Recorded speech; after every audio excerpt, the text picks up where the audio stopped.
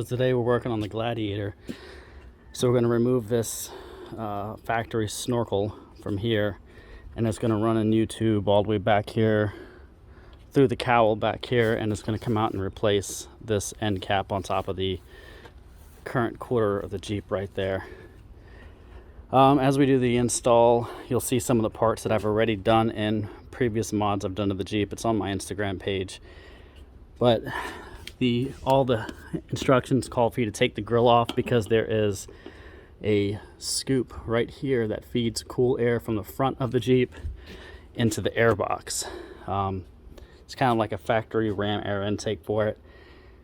It doesn't really force a lot of air, it's just a little bit of cooler air. But because I've already done the hydraulic pressure upgrade for the steering, which I'll show you that when I tear this apart, then we'll go ahead and get into that. Do the install. It doesn't tell you this in the install, but I would definitely recommend getting some sort of silicone adhesive or sealant, like RTV silicone or something like that, because when you go to plug the original holes, it comes with these little Christmas tree clips that pop inside the holes in the bottom of the air box. You're going to silicone those shut, so that's where you're going to use the silicone on top of the Christmas tree clips, seal it, and the junction for the adapter for the factory snorkel coming out and putting in the snorkel attachment for this, you want to seal that as well too. It comes with a gasket and some pressure clips. You can use it. However, everything I've seen and read and research that I've done on my own has stated that it doesn't seal as good as if you just put a little dab of silicone right there and compress it. Then you never have to worry about it.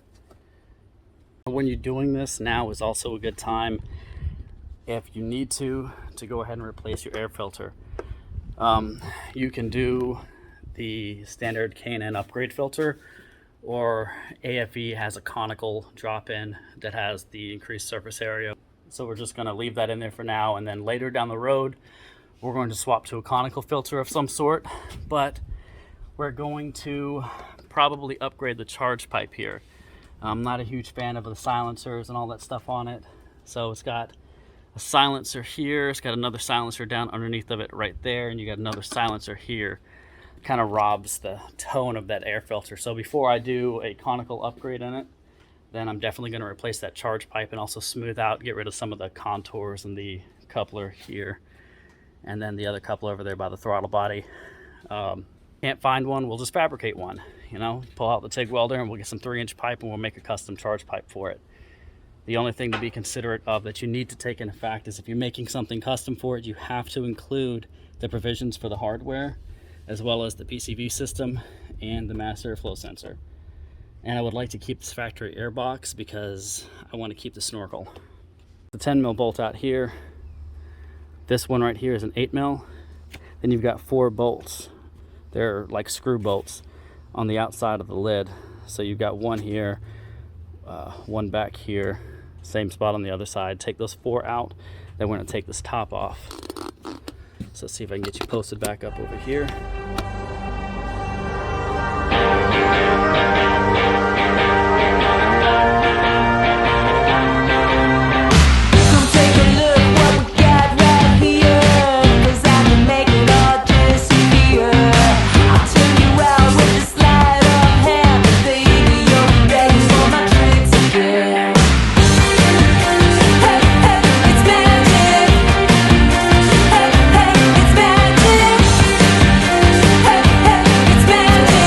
The bottom of the air box off to expose the 4 holes here, there, and there, and these are the Christmas tree clips.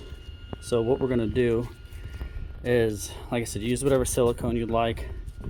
I'm a huge advocate for Right Stuff. I've been using it solely pretty much my entire life dealing with cars and everything automotive. I love that stuff. So sorry, I'm gonna wipe some sweat off of me here. Like I said, we're gonna put some silicone on here and plug these holes with those clips. Be as generous as you'd like with this, because at the end of the day, just remember that this is what's keeping the water out of the air box, because these are the factory drain holes in the air box for the water. Once we're done sealing those up, we have the new drain tube here. And if you look at if you look at instructions, it'll tell you exactly where to drill that hole. And you see it in the bottom of the air box, right here. But I'll show you on the actual air box where I'm going to drill the hole, and when I get to that point, when I drill the hole. But we'll get that put in, and we'll probably end up getting rid of this clear tube, just because I want something a little bit longer, because they want you to feed that through the fender well here, so that way you can reach down here underneath somewhere to drain it. There's not really a whole lot of space with that shorter tube, and if you still have the hard plastic inner fender well, a lot of this is in your way. And then when you get the metal ones, I mean, I'm going to want to put my drain tube somewhere down here so it's easier for me to get to. So I'll put the drain tube a little bit lower, and then you have the petcock here. So it comes from the air box, and on this side the petcock knob, so you can open and close it, and then where the tube comes out to actually drain. So I'm going to go ahead and get these holes filled, and then once I get that done, I'll mark the box and I'll show you where that is. All right, so I've got the bottom of it all siliconed up, and now for the install of the petcock of the drain tube. So the instructions have you putting it in kind of right in here, just above this little rubber pad. So before you just blindly drill into it, always check the back side here. So if you don't get it centered right, you will have no room in between those two supports to tighten the nut on the back side of this drain tube. So I have the nut right here. I'm going to set it in here.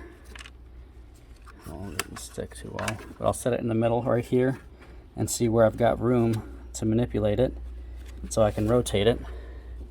And then I have a drill bit here to drill the center line of that hole. And after I use the drill bit to drill the center line, then I will use the step-up bit. I see people do this all the time, and you do whatever. I just don't drill holes with a step-up bit because it is a step-up bit, not a drill bit. That bit drills holes. That bit makes the holes bigger. Can it drill holes? Yes, people do it all the time, but they tend to not last very long when you do that. And you can get the little cheaper ones, like this one was one from Harbor Freight. It's made in China, but I've used this same bit now for, I want to say, almost 10 years, and I've had no issues with it, because when I drill metal with it, I use a drill bit, then oil the hole as I use the step-up bit at a low speed. And low speed, mild pressure with oil, and this bit cuts through everything. Like I said, it's almost 10 years old now and still cuts almost as good as the day it was brand new. So I'm going to go ahead and drill this hole, and then I'll show you guys that when I'm done. All right, so hole is drilled. Petcock slides in there nice and snug. A little bit of force to get the seat all the way. And the nut for it is right there. So what we're going to do now is I'm going to put basically a little bead of silicone right here on the edge of this, push it in, align it with the spout facing down the middle of the box, and then put a little bead of silicone on the back side, on the inside of the box, and then tighten the nut up to it. So I've got the top half of the snorkel box attached, where it comes out of the air box and goes into the actual snorkel itself. And then I've got the line for the drain coming out of it. I just dropped the clamp on the floor, but I don't typically like using these clamps, these screw style, these worm clamps, just because I don't think they hold very well. I typically like using the crimp clamps, but I'm all out and I can't find any. And the hose, you guys don't have to use hose like this. I'm only using this because I have literally hundreds of feet of it for the project here on the Dart.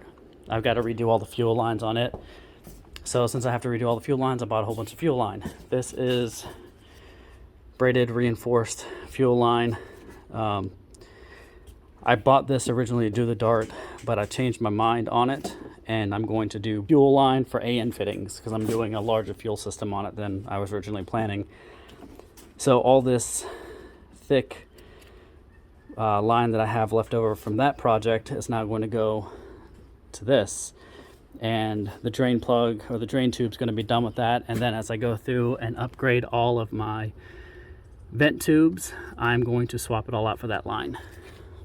All right, so I got the air box in. It's not pressed all the way down yet because I've still got to put the tube on up top up there, so leave some play. You can see here is the drain tube. Obviously it's not going to stay this long. I'm going to end up putting the petcock probably right here and tie it to this bracket for the sway bar disconnect, and then turn the tube off to the side and probably tie it to one of these other cables back here or something like that, so it has a easy to reach drain, so I can get to it right here and drain it out, and then I'll be able to see it drain as well too. So the next thing we're going to do is take this cowl piece off, and it's a T40. Just undo these 4 bolts here. You have the 1, 2, 3, and 4. Pop that cap off, and then we've got to cut this piece of foam for the clearance of the pipe here. All right, so as much as I wanted to record more, I've got rain coming, and it doesn't look like it, but I've got some raindrops falling on me here. So put the tube in here for the charge pipe. I use a little bit of Windex on the silicone to help it make it slide easier onto both ends. Tighten your hose clamps down. Put your 10mm bolt back in here, your 4 8mm bolts, and then your 8mm bolt on the hose clamp. You have multiple gaskets. If you use the high, you have to put in the gasket for the block off plate for the low mount snorkel. You have a gasket for the upper and the adapter. Then you have an gasket plate from the adapter to the upper. And you put on your 4 bolts through here that goes through the sandwich plate into the mount. Then you put on your rubber bumper to keep it kind of against the window. And then you put on your cap for the snorkel. If you look on the back of your snorkel, you'll see like you have these kind of ridges to them, and you have little kind of slits in here and in the back here. So that way if you do like run into water when you're driving in the rain or something, if it goes in and gets into the snorkel, it's just going to come out and run down here. Most of it's going to run out of the snorkel rather than track all the way through the system into your air box. And if it does trap into your air box, you leave your petcock open pretty much all the time, unless you know you're going to go play in the water. Then you come in here and close it, so that way any water that does come in through the snorkel will just come out here rather than go into that. What's up, guys? It's the next day, so we're going to test out the intake here and see if it makes any differences on sound. I've heard from a few people that it does, so let's turn the radio down here. We are going to drive it into work today and see how it sounds. We'll let you guys know when I get on the highway. Alright, we're getting up to the toll road now. We're going to get off main road here, get on the toll road, and it is 10 miles an hour through the toll booth. So we're going to pull through the toll booth, and then once we get out of the toll booth, we will punch it until we get up to highway speed, which here is only 55. So we'll see if the camera picks up the sound difference, because I can hear a little bit of difference in the exhaust, and you can kind of hear the intake as it accelerates through, but only at hard throttle. At least half throttle you'll start to hear it, but let's see if you guys can hear it on camera.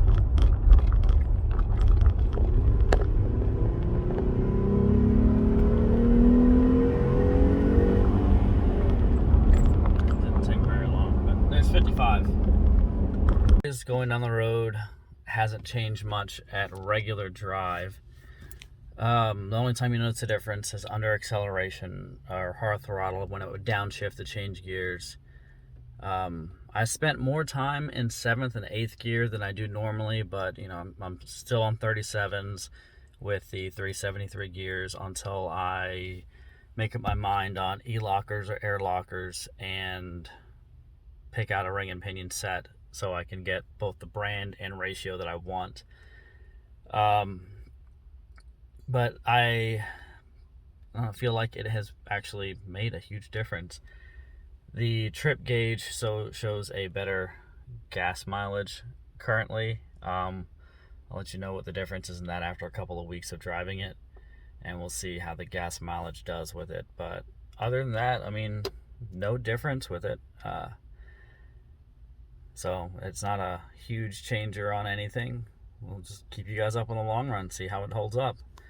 Otherwise, you know, like, subscribe, comment. Let me know in the comments what you guys think the next thing should be. I have parts for the suspension on the Chevy to do still. I've still got the rock lights to put on this. I've got a bunch of parts kind of stockpiled on the 69. So let's see, what do we want to work on next? Which one of the cars do we want to do next? I also have parts for the exhaust to do on the wife's Charger. You guys haven't seen that yet, so let's go in the comments, tell me which one we're working on next, and I will get the parts together and we'll do another video. All right, thank you guys, see you next time. Keep your chin up, drive on.